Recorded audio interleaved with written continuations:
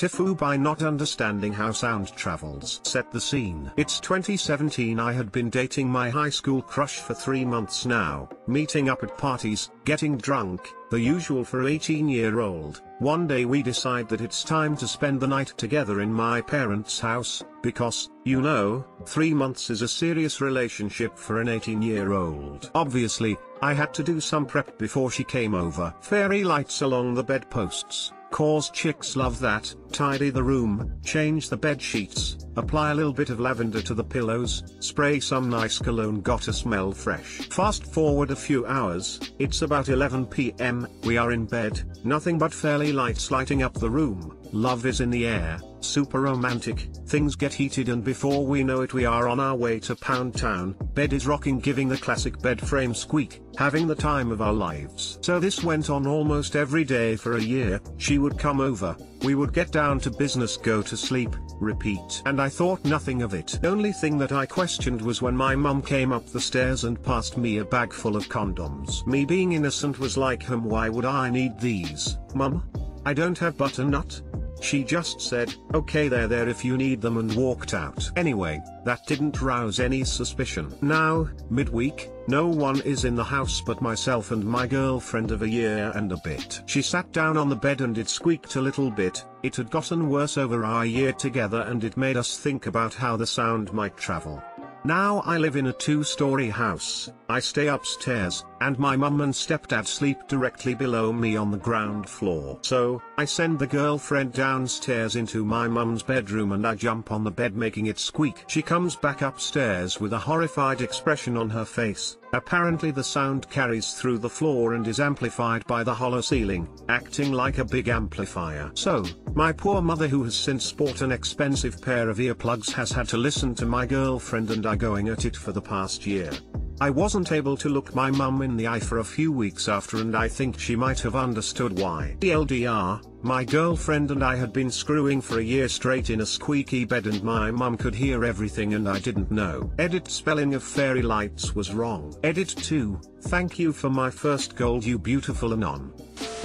I bought my dad a cute white teddy bear one year for Father's Day. He stuck it behind the headboard, peeking out over him while he slept. I thought it was because he loved me the best. Then when I got older I learned he named it Bumpy and used it to keep the bedroom sounds from traveling. I'm convinced headboards are only there so parents know when their kids start masturbating.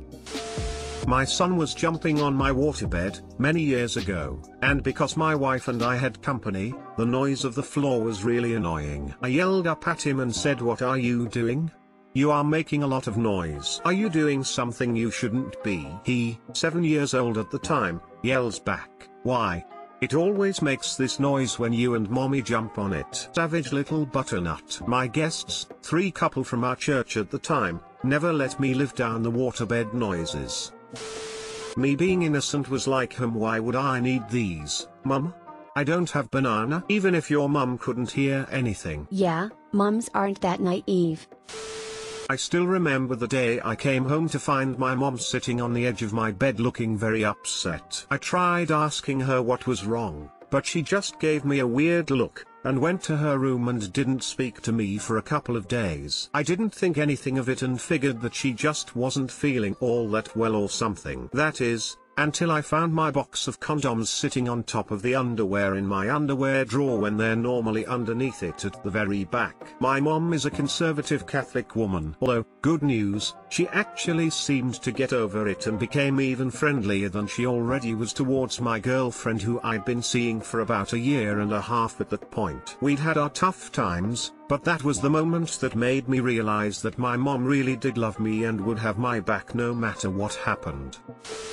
TIFU by sending my crush 11 drunk texts. I awoke this morning with a killer headache, only to discover I had spam texted my crush last night. My completely wasted brain probably thought it was the greatest idea ever to text him, and now my mostly sober brain wants to move to Cuba. Such wonderful messages included, Jar Jar Binks was a zucchini mistake, after drunkenly purchasing the prequel saga DVD set on Amazon. I've had several beers and a whole box of Lucky Charms. That means I am 3% made of Lucky Charms now. Also, I figured it out finally. Why, you're such a cute, you look like Joseph Gordon-Levitt and he was great in the movies. Get ready for some math. You're a smart guy, you will undertaken. I don't think I ever been so drunk than right now. What is more than several, because that is how many. Honestly, I'm hoping we can laugh this off. If you see this, man, I'm sorry. Doctor, I drunk texted my crush several times and sounded like the biggest idiot ever. Edit, for anyone asking if he responded, yes, he did. He agreed that Jar Jar Binks was a total mistake, and suggested hangover cures. And I admitted he was really cute and that I threw up the Lucky Charms. Edit number 2, yes, I am female, not that it should really matter. By man of culture he meant the meme. Edit number 3, holy moly, thank you guys all so much for your kind words. Here's the original texts in all of their not so glory. He found the post, and everything's cool. Really super duper amazingly cool, and I'll leave it at that, because I think the number of edits on this post is getting obnoxious. Ha ha. You look like Joseph Gordon-Levitt. Is it true? But I hate when women have compared me to celebrities or whatever, even though it's meant to be flattering. I want you to find me attractive because I'm attractive, not because I'm the bargain bin fat version of your celebrity crush with a worse hairline. Get ready for some math. I've had several beers and a whole box of Lucky Charms. That means I am 3% made of Lucky Charms now. Lol. At least you didn't texted him dirty things, so don't worry. When I was a teen I woke up to a text from a girl saying don't contact me again, this isn't going to work out. I went through my phone and found the texts. Sure, we had been on a few dates and kissed but nothing more, and in my drunken state I thought I surely would hit a home run if I just wrote her a coconut short story. Dear God, what I would do to read this right now. I'm sure he'll laugh it off. That's not too bad. Also, Jar Jar Binks was a banana mistake, after drunkenly purchasing the prequel saga DVD set on Amazon. I see nothing wrong with that. I dunno, that's pretty tame lol, I wouldn't overthink it too much. TIFU When I made my Uber driver have an existential crisis. This happened to me about an hour ago. My car broke down and had to call Uber for a ride across town to work, which is about 40 minutes away. I work for a pretty big company, and when he saw the address the conversation started. For my privacy and the privacy of others, I'm going to change the name of my job and the people I'm speaking of. Hey man, you work job? How do you like it? Me, it is pretty good. Pays great, people are nice. Can't really complain. Bruh, that is really good man. Gotta work hard these days, don't know if you'll have another chance, you know? Me, yeah man, I get you. I actually got a friend that works up there. He used to make websites all the time and he was excited when you guys hired him. Me, I'm glad to hear that. What is his name? My boy Frank. Me, Frank Gallagher?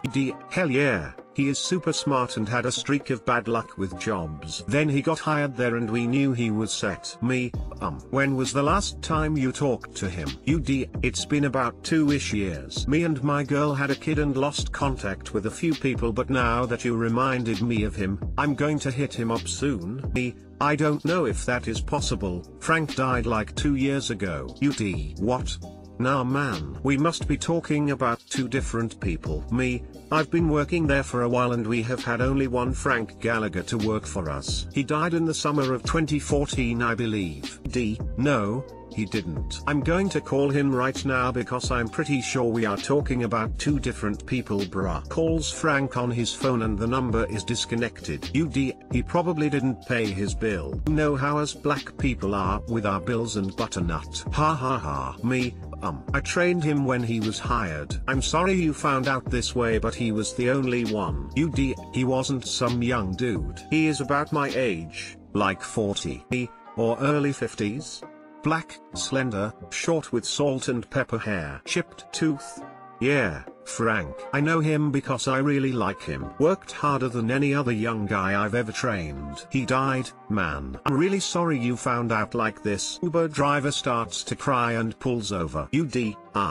What? We were around the same age. What the coconut? Me? I'm sorry. I don't know what to say. Looks at the clock on my phone. He is way too young to die, man. We are both in our 40s, bruh. He eventually collected himself and kept driving. Still got to work on time. I took a picture of Frank that I had on my desk and sent it to him, so he could realize we are talking about the same person. TL, Dr. I, a stranger, informed a friendly Uber driver that one of his friends died and we shared a very emotional car ride together. Edit name and grandma. Update: this has really blown up. I didn't expect this post to have so many responses or all the weirdly negative inbox messages I received that say kill yourself asshole or scum for doing that to a person. I screenshotted the text message between the Uber driver and I. Wasn't mean or anything, he just wanted me to be certain about Frank. Had a similar experience with a Comcast technician recently. My husband is a tattoo artist, so we both have lots of tattoos. We moved recently, so we had to have a tech come out to set up the TV/internet at our new house. During the visit, the tech starts asking me about my tattoos. I'm like, yeah, husband works at business. Tech guy is like, oh cool, do you know Matt? I have a couple tattoos by him. He's a super cool guy. I've been wanting to book an appointment with him for my wife, but he's always booked out for several months. Yeah, I know Matt. Super cool guy. I hate to be the one to tell you, but he died about a year ago. Tech guy stopped what he was doing and it got really awkward for a second. Then he says, I gotta call my mom. I went out on our porch for several minutes. He came back in, finished hooking our stuff up and left without saying anything else about it. I felt terrible. It sucks having to drop news like that on somebody. Holy banana. I come here to laugh, not to feel. And now I'm sad. Had to share this because I'm about the same right now. I just wanted a ride to work, not have the most awkward cab ride of my life. About 10 years ago I rent an apartment and they inform me beforehand the last tenant had died. About 8 months later a stranger knocks on my door and is asking for someone I don't know, but he checks an address and assures me he is correct. I tell him I've been here almost a year and the guy before me died. I now think before I speak. It was his father. Edit: it was the visitor's father who had passed. I could have been clearer about that, but I wrote it hastily. Apologies. Still, I enjoyed the conversation that sprung from the post. Thank you. Oh no. Hey man, you work job? Yes, I work job. You like playing game? I was happy and now I'm not. Thanks, Opama. As sad as this situation has been, the Opama part has given me the first smile of the day. Thanks.